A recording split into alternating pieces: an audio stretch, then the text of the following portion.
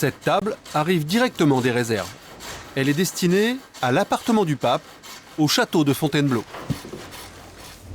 Mais avant, elle doit être restaurée par Bernard Menuge, le nouveau tuteur de Yann.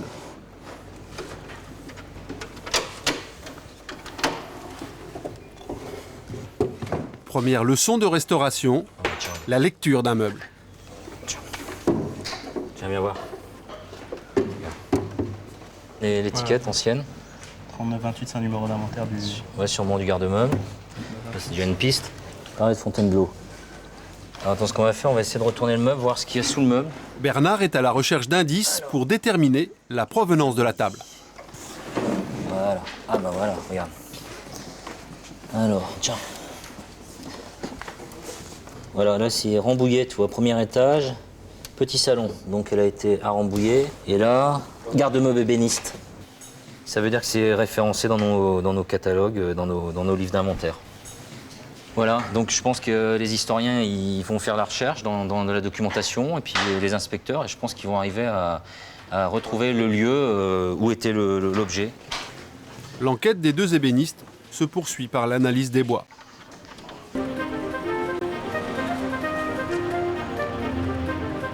Pour redonner une identité à cette table, il faut se rendre aux Archives nationales. C'est un passage incontournable dans ce genre d'enquête.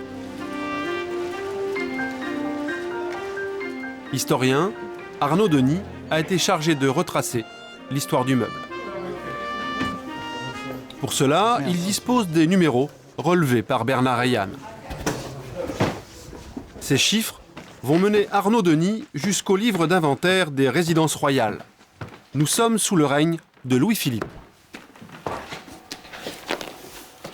C'est le registre d'inventaire du Palais des Tuileries. Normalement, à chaque début de règne, on commence l'inventaire de tout un palais et après, chaque année, chaque meuble qui rentrait était inventorié. On lui assignait un numéro et on indiquait également le lieu pour lequel il était destiné. Alors voilà, une table carrée en palissandre, dessus contournée à perles, frise autour avec riche incrustation,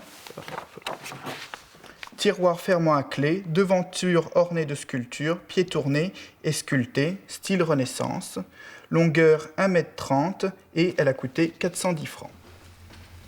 Elle est rentrée aux Tuileries pour l'appartement intérieur du roi, pour Louis-Philippe, sa bibliothèque particulière, donc le lieu où il travaillait ordinairement.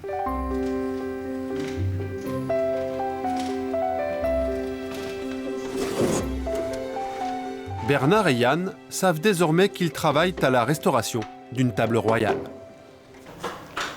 4 semaines ont été nécessaires pour rendre à la table son éclat royal.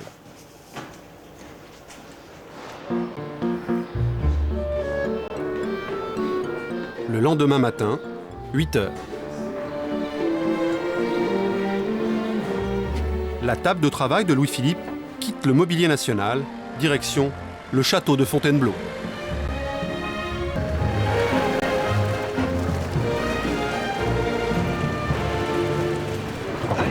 Bernard Menuge a tenu à livrer lui-même le meuble qu'il a restauré.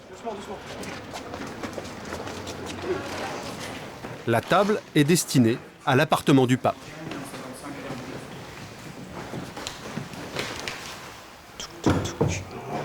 C'est Yves Carlier, le conservateur, qui la réceptionne.